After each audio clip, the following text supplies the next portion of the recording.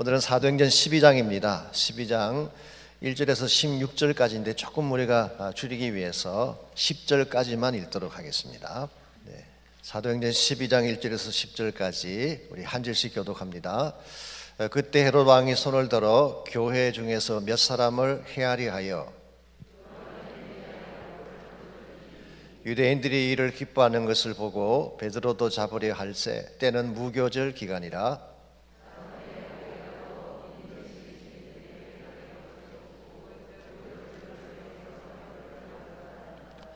이에 베드로는 옥에 갇혔고 교회는 그를 위하여 간절히 하나님께 기도하더라.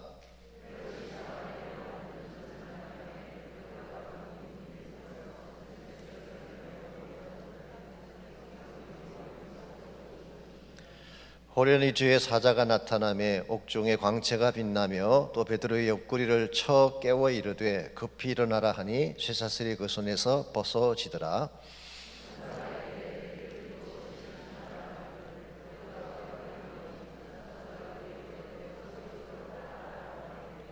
베드로가 나와서 따라갈새 천사가 하는 것이 생시인 줄 알지 못하고 환상을 보는가 하니라. 이에 첫째와 둘째 밧줄을 지나 시내로 통한 쇠문에 이르니 문이 저절로 열리는지라. 나와서 한 거리를 지나며 천사가 곧 떠나더라. 아멘. 금년에 미국이 독립을 선포한 지 245주년이 되는 해입니다. 미국 독립전쟁의 도화선이 된 것이 1775년 3월 패트릭 헨리가 버지니아에서 했던 연설 때문이라고 하죠. 그 연설문의 마지막 부분이 이렇게 끝이 나고 있습니다. 이처럼 아름다운 인생이, 이처럼 달콤한 평화가 노예의 사슬에 묶여 팔려가다니요. 전능하신 하나님, 그럴 수는 없습니다.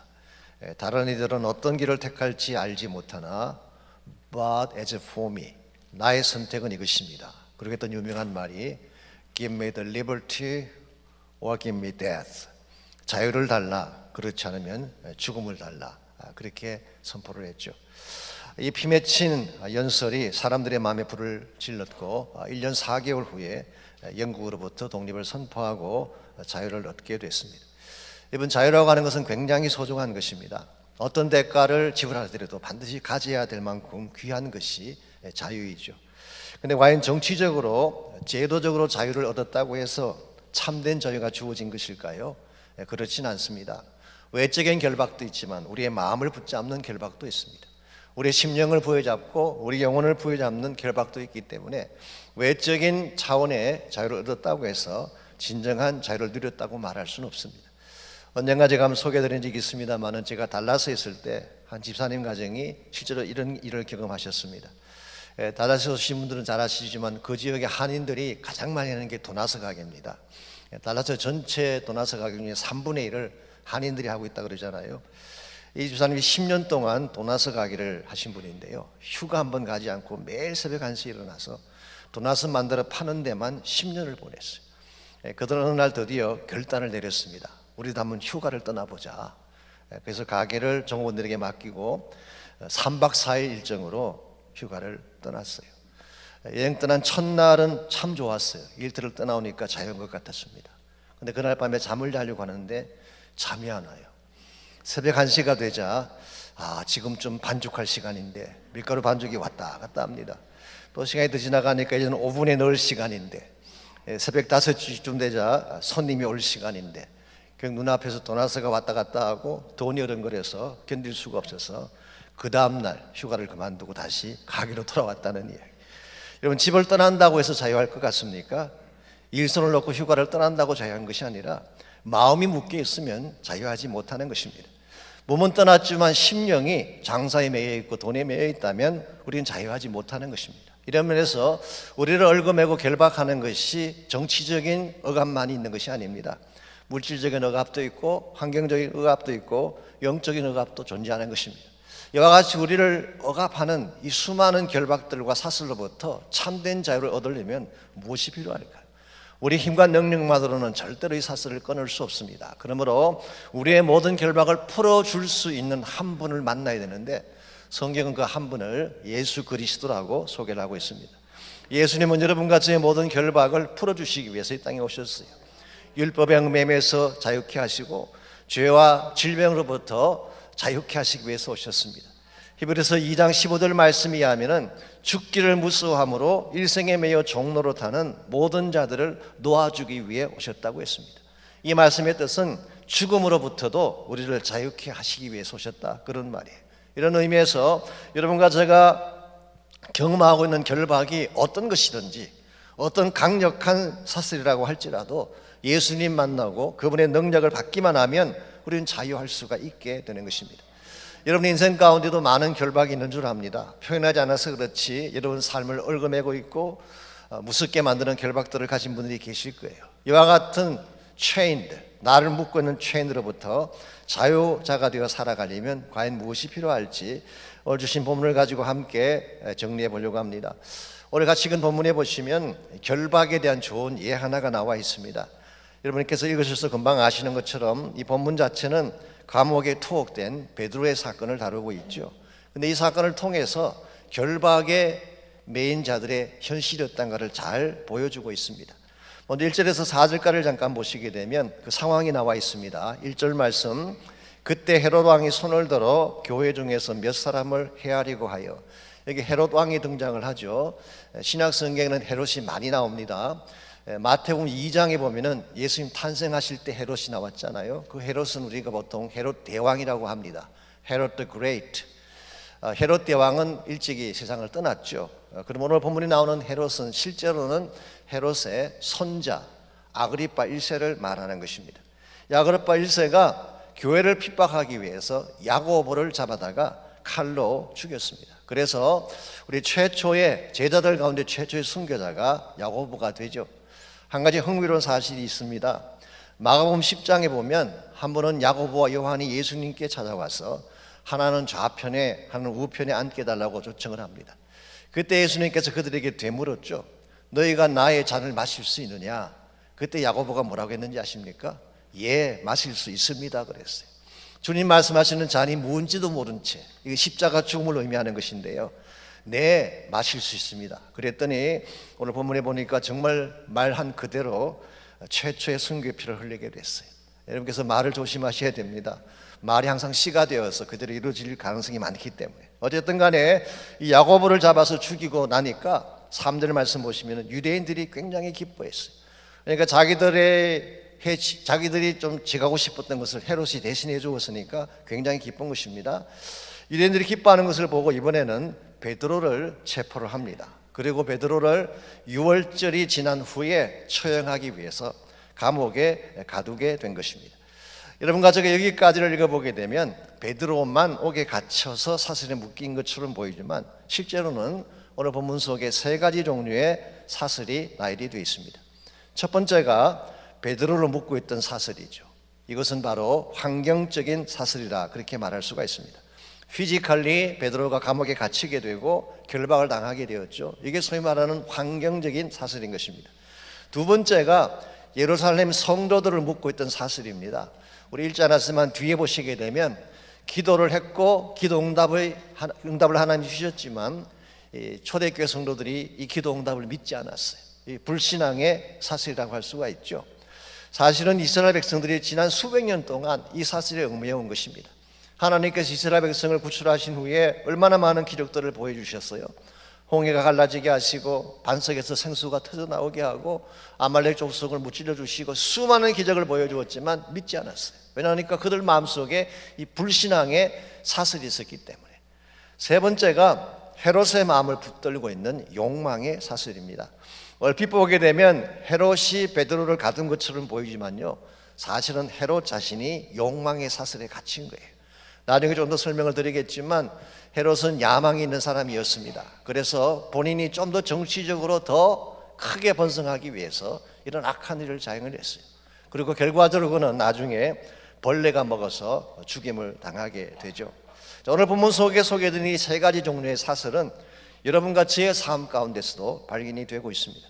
우리 삶 가운데도 육체를 결박하고 내 삶의 터전을 결박하는 환경적 사슬이 있지 않습니까? 질병이니 불경기니 가난이니 하는 것이 다 여기에 해당하는 것입니다.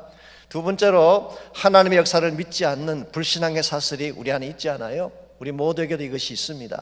세 번째로 끊임없는 욕망과 죄악의 굴레들이 우리 마음을 사로잡고 있는, 그래서 이 욕망의 사슬이 우리를 얽어매고 있는 것도 사실입니다. 여러분과 저의 삶이 참으로 기쁨을 누리려면, 참된 자유를 누리려면 이와 같은 사슬을 끊어야 돼요. 나를 묶고 있는 환경적인 사슬, 나를 붙잡고 있는 불신앙의 사슬, 나를 붙들고 있는 욕망의 사슬들을 다 끊어야지 참 자유를 누릴 수 있게 되고, 그때 진정한 차원의 기쁨을 소유하게 되는 것입니다. 그러므로 오늘 아침 우리가 함께 정리하기를 원하는 것이 여기 있습니다. 어떻게 하면 이와 같이 우리를 얽어매는 사슬들을 다 끊어버리고 참된 차원의 자유를 누릴 수 있을지. 첫 번째로 환경적인 사슬을 끊으려면 기도로 풀어야 돼요. 이건 기도 외에는 답이 없습니다. 자, 오늘 본문에서 베드로를 묶고 있는 사슬은 사실 인간적인 능력으로는 풀 수 없는 불가능의 사슬이라고 할 수가 있습니다.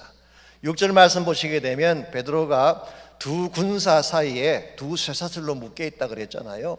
베드로를 한가운데 놓고 두 명의 군사가 양쪽에 붙어서 서로 쉔을 묶고 있는 상태. 그러니까 빠져나갈 길이 없습니다. 여기에다가 감옥 바깥에는 4명씩 파수꾼을 세워가지고 교대로 지키게 했어요. 여기에다가 세 번째로 바깥에 또 2개의 쇠문을 만들어서 잠궈 놓았어요. 이와 같이 겹겹이 쌓여있는 결박들을 베드로가 무슨 수로 풀 수가 있을 것입니까?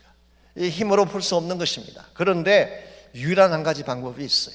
이와 같이 피지컬리 환경적으로 결박하고 있는 경우에는 기도하면 하나님이 풀어주시는 거예요. 그래서 5절 말씀 보겠습니다. 이와 같이 베드로가 옥에 갇혀서 결박당했을 때에 초대교회 성도를 했던 중요한 일이 나와 있습니다. 5절입니다. 이에 베드로는 옥에 갇혔고 교회는 그를 위하여 간절히 하나님께 기도하더라. 바깥에 있는 성도님들, 감옥 바깥에 있는 성도님들이 감옥 안에 들어갈 수도 없고 도움을 줄 수도 없고 아무런 할 수 있는 일은 없지만 한 가지 할 수 있는 일이 기도가 있었어요. 그래서 그들은 모여서 간절하게 기도를 했더니 하나님께서 천사를 보내셔서 그 모든 착고를 다 풀어주시고, 흥미로운 사실은 10절 말씀 보게 되면 쇠문이 저절로 열리는지라. 이 자동문이 때부터 시작된 거예요. 최근에 만들어진 게 아니라 천사가 함께하면 자동문이 되는 것입니다. 저절로 열리는 것입니다. 여러분이 기도하면 이런 역사가 일어납니다. 내 힘으로 끊을 수 없는 쇠사슬이 끊겨지게 되고 불가능의 철문마저도 기도하면 저절로 열려지게 되는 것. 이게 여러분과 제가 붙잡아야 될 첫 번째 중요한 원리입니다. 여러분과 제 삶 속에도 분명히 우리 힘으로 풀 수 없는 결박이 있을 거예요. 경제적인 결박에 묶인 분도 계실 것이고 환경적인 어려움들, 임의생활 가운데 얼마나 우리를 얽어매는 환경적인 결박이 많아요. 제가 오래전에 오렌지 카운티 있는 한 교회에 새벽 축제가 있어서 가서 제가 말씀을 전하는 기회가 있었는데요. 끝나고 나오는데 한 여자 집사님이 저를 붙잡고 좀 기도를 해줄 수 없느냐 그렇게 부탁을 하셨어요. 그분이 이렇게 기도 제목을 내놓으셨습니다. 사업을 하면서 제법 그래도 남부럽지 않게 살았는데 1년 전에 그 남편 되시는 분이 갑자기 사고를 당하셔서 몸져 들어 눕게 됐어요. 전신마비가 됐어요. 그렇게 되니까 사업이 망하게 되고 남편 수발하느라고 경제적으로 굉장히 힘이 들게 됐어요. 근데 어느 날 자기 딸아이가, 시집간 딸아이가 집으로 이혼을 당하고 돌아왔습니다. 알고 봤더니 가세가 기운 것을 알고 사위가 그 딸을 박대한 것입니다. 이와 같이 남편은 몸져 누워있고 경제적인 일은 다 막혀있고 자기 딸은 친정으로 돌아와서 울고만 있는 이런 상황에서 어떻게 하면 되냐는 거예요. 제가 할 수 있는 게 한 가지밖에 없었습니다. 기도하는 거예요. 내가 지금 계산해서는 도저히 풀어지지 않지만 기도하면 하나님이 풀어주는 거예요. 여러분의 삶 가운데도 분명히 이와 같은 이슈가 있을 거예요. 내가 애썼지만 노력을 했지만 풀리지 않는 문제들, 파산의 위기들, 신분의 문제들, 자녀의 위기들, 여러분 어떻게 풀 수 있겠어요? 노력한다고 풀려지는 것이 아니라 기도하면 하나님이 저절로 열리게 하실 줄 믿습니다. 그래서 야고보서 5장 13절 14절은 이렇게 권면하고 있습니다. 너희 중에 고난당하는 자가 있느냐? 저는 기도할 것이요.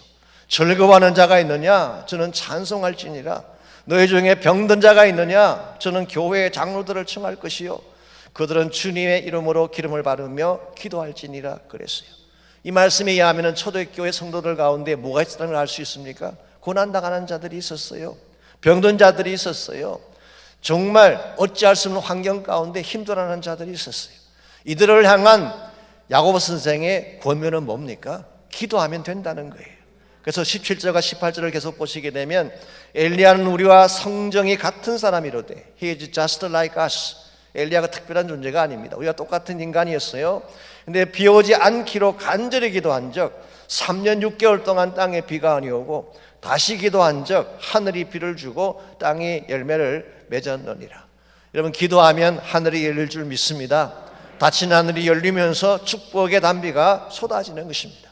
이와 같은 파워가 기도에 있는데 기도 없이 사는 분들이 많이 계시잖아요. 참 배짱이 크신 분들 같아. 기도 없이 어떻게 일주일을 살고 기도 없이 한 달을 사시는지 연구 대상이 아닐 수가 없습니다. 기도하지 않으면 답답해야 되는데 숨이 막혀 죽어야 되는데 잘 사시는 분들이 계시잖아요. 오늘 새벽에 나오신 여러분들은 그게 해당이 안 되신 줄 믿습니다. 무슨 문제가 있더라도 꼭 나오십시오. 기도하시기 바랍니다. 기도하면 반드시 하나님이 역사하시니까.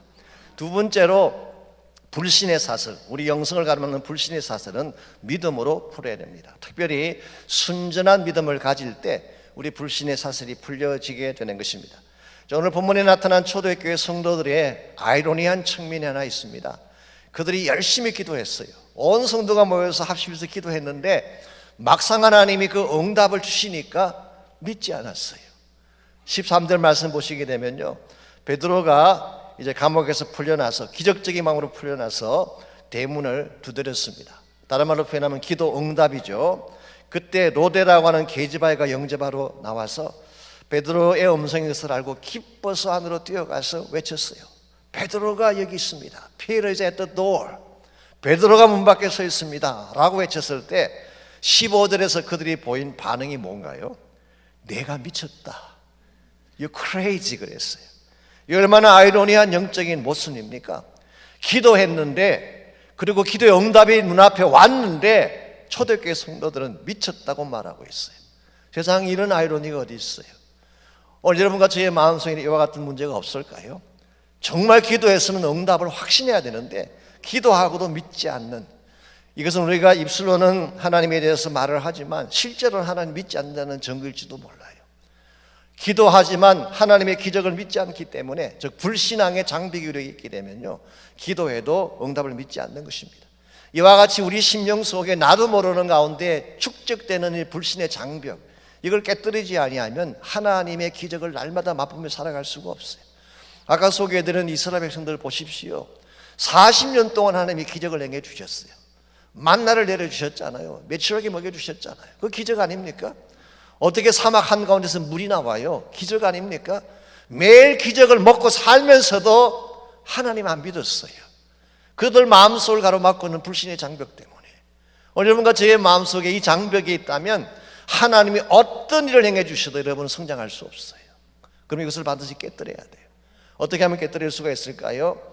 순전한 믿음을 가지면 깨뜨릴 수 있습니다. 오늘 본문에 나오는 로데라고 하는 어린 소녀를 생각해 보십시오. 이 어린 소녀는 베드로의 목소리를 듣고 기뻐했어요. 이 어린 소녀에게는 계산이 없습니다. 논리적으로 따질 이유가 없었어요. 그냥 있는 그대로 받아들인 거예요. 베드로가 왔으니까 당연히 기뻐해야죠. 이게 순전한 믿음입니다. 오늘 여러분과 제가 정말 어린아이 같이 순전한 믿음을 가지고 하나님 앞에 매어달리면 하나님이 기적을 주세요. 산을 옮기는 기적이 어린아이 같은 믿음을 통해 일어나는 것입니다. 여러분이 순전한 믿음을 가지고 기도하게 되면 여리고가 무너지고 홍해가 갈라질 줄 믿습니다. 수천 수백 가지의 염려와 걱정으로부터 자유하려면은 simple faith, 단순한 믿음을 가지고 기도하셔야 돼요. 그러므로 여러분께서 여러분 인생 가운데 복잡한 문제, 얽히고 설킨 문제가 아무리 많다고 할지라도 단순하게 기도하면 돼요. 하나님 도와주세요. 주께서 함께 하시면 이 모든 문제가 풀릴 줄 믿습니다 하면 풀리는 거예요. 그러므로 참된 기도의 역사는 믿음으로부터 나오는 것입니다. 마지막 세 번째로 욕망의 사슬. 우리의 심령을 붙잡고 있는 욕망의 사슬은 무엇으로 끊을 수 있을까요? 성령으로만 풀 수 있습니다. 성령의 능력만이 풀어낼 수가 있는 것입니다. 사실 우리를 결박하고 있는 사슬 중에 가장 무서운 것이 욕망의 사슬입니다. 오늘 본문에 나오는 헤롯 아그리빠의 케이스, 그의 마음을 묶고 있는 사슬이 바로 욕망의 사슬이었죠. 아시겠지만 원래 유대인들은 헤롯을 안 좋아했습니다. 왜냐하면 헤롯이라는 이 인물은 이두메 사람이에요. 원래 유대인이 아닙니다. 유대인이 아니고 에돔 사람과 유대인 사이에서 만들어진 혼혈족이 이두메인이에요. 그래서 헤롯은 이두메 사람인데 그 당시 로마 시저에게 잘 보이는 바람에 가버네가 되면서 나중에 왕에 잘 오르게 된 것이죠. 그래서 유대인들은 사실 좋아하지 않습니다. 좋아하지 않는 사람인데 이 헤롯의 손자인 아그리빠 1세는 그나마 자기 어머니가 헤스모니안 왕조 출신이었기 때문에 유대 정통 왕조인 헤스모니안 왕조의 피가 섞여 있었어요. 그래서 헤롯 가문의 왕들 가운데 가장 인기가 좋은 왕이 아그리빠 1세였습니다. 그래서 그는 인기가 좋고 어디를 가든지 대접을 받았기 때문에 자기도 모르는 가운데 교만해지기 시작을 합니다. 그냥 인기가 있는 정도로 멈췄으면 참 좋을 텐데 그는 그 교만한 나머지 더 높아지고 싶어하는, 더 파퓰러해지고 싶어하는 정치적인 욕망을 갖게 됩니다. 이 욕망이 결국 사람들을 죽이게 되고 무고한 야고보를 처형시키게 된 것입니다. 이 마음속에 있는 욕망이라고 하는 것, 이거 눈에 보이지 않는 것이지만 굉장히 파괴적이고 악한 영향을 끼치게 되는 것입니다. 예나 지금이나 정치하는 사람들은 대다수가 욕망의 노예들이라고 보면 될 것입니다. 어저께 있으면 한국에서 나온 족구 중에 그런 족구 있잖아요. 정치인과 개의 공통점 아마 아실 거예요. 첫 번째로 가끔 주인도 몰라보고 짖거나 덤빌 때가 있다. 두 번째는 먹을 것만 주면 아무나 좋아한다. 세 번째, 어떻게 짖어도 개소리다. 네 번째, 자기 밥그릇은 절대 빼앗기지 않는다. 다섯 번째, 매도 그때뿐 옛날 버릇은 못 고친다. 마지막 여섯 번째, 미치면 약도 없다라고 이렇게. 물론 이것은 비꼬기 위한 그런 조크에 불과한 것이지만 욕망이 일수록 무섭다는 거예요. 한번 욕망에 덫에 갇히면 빠져나올 수가 없어요. 더 갖고 싶어하고 더 높아지고 싶어하고 더 늘고 싶어하는 거예요. 이게 우리의 마음을 결박하고 있으면 우리는 자유할 수가 없습니다. 여러분과 저의 마음속에도 이와 같은 욕망이 있어요. 죄가 남겨준 탐욕이 있는 것입니다. 이 죄가 근본적으로 내 마음을 결박하고 있으면, 이 욕망의 마음이 내 마음을 결박하고 있으면 아무리 여러분이 애써도 진정한 차원의 행복을 누릴 수가 없는 것입니다. 그런데 한 가지 문제가 있습니다. 내 안에는 욕망의 사슬, 죄악의 사슬은 나의 힘으로 절대로 깰 수 없다는 문제가 있어요. 워낙 견고하고 강하기 때문에. 이와 같은 죄악의 사슬, 욕망의 사슬을 깨뜨릴 수 있는 유일한 능력은 하나밖에 없습니다. 성령의 파워예요. 성령께서 함께 하시면 이와 같은 사슬이 끊어지게 되는 거예요. 이게 사도 바울이 로마서에서 강조한 것입니다. 내 안에는 옛자를 무엇으로도 끊을 수 없지만 성령께서 함께 하시면 죄와 사망으로부터 자유케 되는 역사가 일어나는, 이게 성령께서 하시는 일이에요. 그러므로 여러분의 마음을 붙잡고 있는 욕망이나 죄악이나 탐욕이 혹시 여러분을 결박하고 있다면 성령이 함께 나가서 성령의 도움을 요청하셔야 돼요. 그래서 좀 더 구체적으로 몇 가지를 더 말씀드리자면 어떻게 하면 이 성령의 능력으로 내 안에 있는 결박을 끊을 수 있을지. 첫 번째로 갈라디아서 5장 24절에 보게 되면 정과 욕심을 십자가에 못 박아야 됩니다. 내 안에 있는 죄악들을 먼저 십자가 앞에 가지고 나서 못을 박아야 돼요. 죄와 욕망이 내 마음을 사로잡을 때마다 십자가 앞에 나가서 모든 걸 토해내며 못 박는 것입니다. 두 번째로 성령의 임재와 기름 부음을 간구해야 돼요. 내 안에 성령께서 임재하시되 가득 찬 능력으로 임재하라고 기도하셔야 돼요. 이 두 번째 단계입니다. 그리고 세 번째로 갈라디아서 5장 25절 말씀이 하면은 만일 우리가 성령으로 살면 또한 성령으로 행할지니 그랬어요. 행한다는 말이 사실은 걷는다는 뜻입니다. Walk in the Spirit. 성령 안에서 걸어가라 그런 뜻이에요. 여러분께서 성령을 받았습니다. 성령의 능력을 마음에 담고 있는데요, 실제 생활 가운데서 걷지 아니하면 그 파워가 나타나는 거예요. 그래서 walk in the Spirit, 성령 안에서 걸어갈 때에 실제로 여러분을 붙잡고 있는 결박이 풀려지기 시작하고 탐심과 죄악으로부터 회복이 일어나기 시작하고, 심지어 여러분 마음속에 여러분도 모르는 가운데 축적되던 분노 같은 것이 있어요. 정오심 같은 것이 있어요. 오랜 세월 동안 나도 모르게 쌓여왔던 정오의 산뿌리들을 가진 분들이 있습니다. 이와 같은 것들이 성령의 은혜가 임할 때 깨어지기 시작하고 풀려지기 시작하는 것입니다. 여러분께서 너무나 잘 아시는 분이지만 코리 텐붐이라는 분이 있잖아요. 이분이 나치 캠프에서 정말 모진 고초를 겪으시고 수치란 다 겪고 나중에 살아나오신 분 아닙니까? 이분이 2차 대전 끝난 후에 미국과 유럽 여러 쪽을 다니면서 간증 집회를 많이 했습니다. 뭐 잘 아는 스토리지만 간증 집회가 끝났을 때 그 자기가 나치 캠프에 있을 때 가장 악질적으로 굴었던 간수를 만나는 사건이 일어났어요. 이 간수는 자기 언니와 자기를 정말 있을 수 없는 모욕을 주기도 하고 꿈에도 치를 떨 수밖에 없는 그런 악한 간수였죠. 그랬는데 집회 끝나고 사람들이 쭉 서서 악수를 하는데 그 간수가 코리 텐 부음에게 다가와서 손을 내밀면서 사실은 나도 라벤브룩 수용소의 간수였습니다. 그리고 Will you forgive me? 나를 용서해 주겠느냐고 손을 내밀었어요. 근데 그 순간 이 코리 텐 부음이 완전히 손과 발과 온몸이 마비가 되더래요. 그때 이분이 깨닫습니다. 본인은 다니면서 간증도 하고 예수를 소개하긴 했는데 사실은 자기도 모르게 자기 심령 깊은 곳에 이 분노와 정오의 사슬이 있다는 사실을 비로소 깨달았어요. 그래서 그 상대를 보는 순간 온몸이 얼어붙는 것처럼 손과 발이 다 마비되어 움직이지 않는 것입니다. 그때 그가 한 가지 깨달은 것이 Forgiveness is not an emotion. 여러분, 용서는 감정적인 사건이 아닙니다. Forgiveness is not an act of will. 의지에 관한 사건도 아니에요. 용서는 오직 성령께서만 하실 사건이에요. 그래서 그 순간 코리 텐 부음이 하나님께 기도하기 시작을 했죠. Oh God, help me. 나는 도저히 이 사람을 용납할 수가 없습니다. 내 앞에서는 저 사람을 내가 받아들일 힘이 나에게 없습니다. 성령님이 시가 나에게 임하여 주시고 성령의 능력을 부어주십시오. Outpouring of the Spirit. 성령의 부어주심을 간구하기 시작을 했어요. 그때 성령께서 그의 가슴 속에 깊숙이 임재하시면서 그의 마음을 타치하는 순간 깊은 분노와 정오심의 사슬이 풀어지게 되고 비로소 코리 텐 부음이 Brother, I love you. 형제여, 당신을 사랑합니다 라고 말하고 헉을 하고 축복하는 것이 가능했다고 합니다. 우리 안에도 이와 같은 정오가 있을 가능성이 있습니다. 나는 인식하지 못하지만 오랜 세월 동안 축적되어 왔던 정오심의 뿌리들, 선뿌리들을 가지고 있는 분이 있을지 모르겠어요. maybe 어떤 분들은 마약이라고 하는 중독에 빠져서 내가 아무리 애쓰고 노력을 해도 나의 힘으로 풀 수 없는 결박 가운데 처한 분들이 계실 거예요. 이와 같은 억압에서를 자유케 할 분이 누구라고요?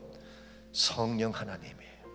이 아침 여러분과 제가 정말 성령님께 나가셔서 내 안에 있는 모든 죄악들을 다 토해내고 십자가 보혈 앞에 나의 모든 죄악들을 다 토해낸 후에 욕망도 토해내고 더러움도 토해내고 거짓도 토해내고 뿌리 깊이 내렸던 정오의 뿌리들도 다 토해내며 기도한 후에 성령님 임재하여 주십시오. Outpouring of the Holy Spirit. 성령의 부어주심을 간구하시기 바랍니다. 내 심령을 만져주십시오. 내 안을 묶고 있는 모든 결박을 성령의 권세와 능력으로 깨끗하게 풀어내어 주십시오. 미움의 결박을 풀어주시고 욕망의 결박을 풀어주시고 용서하지 못하고 사랑하지 못하는 차가운 내 마음의 결박을 하나님 풀어주십시오. 오랫동안 내 영혼을 붙들고 있는 육신을 붙잡고 있던 중독과 마약과 죄악의 모든 결박들이 풀려지게 하옵소서. 여러분 간구하시기 바랍니다. 기도하면 하나님의 성령께서 이 시간 함께 하셔서 반드시 기름 부어주시고 능력을 부어주시고 만져주셔서 깨끗하게 치유해 주실 줄 믿습니다. 우리 다 같이 한 목소리를 합심해서 함께 기도합니다. 하나님 감사합니다. 오소서 진리의 성령님, 이 땅 흔들며 임하소서. 거짓과 탐욕 죄악에 무너진 우리 가슴 정케 하소서. 오소서 은혜의 성령님, 하늘 가르고 임하소서.